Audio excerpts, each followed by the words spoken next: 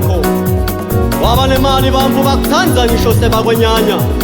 Ingani phela le mali ngiyo le mbanze yaso sona lesono. Injalo futhi imali imphendvulo yako konke.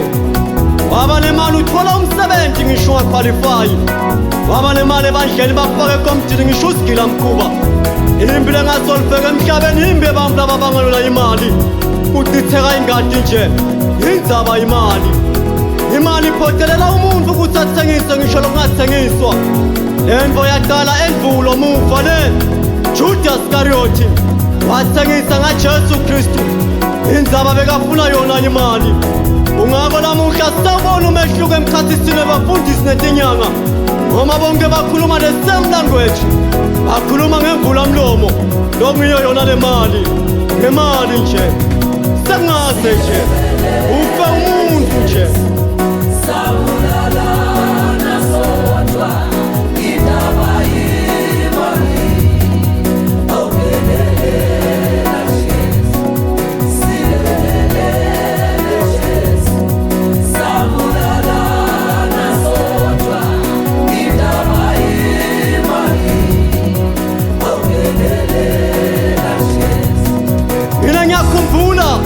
Jesu Kristu waseNazaretha wamvusa Lazaro kulabalele emathuneni.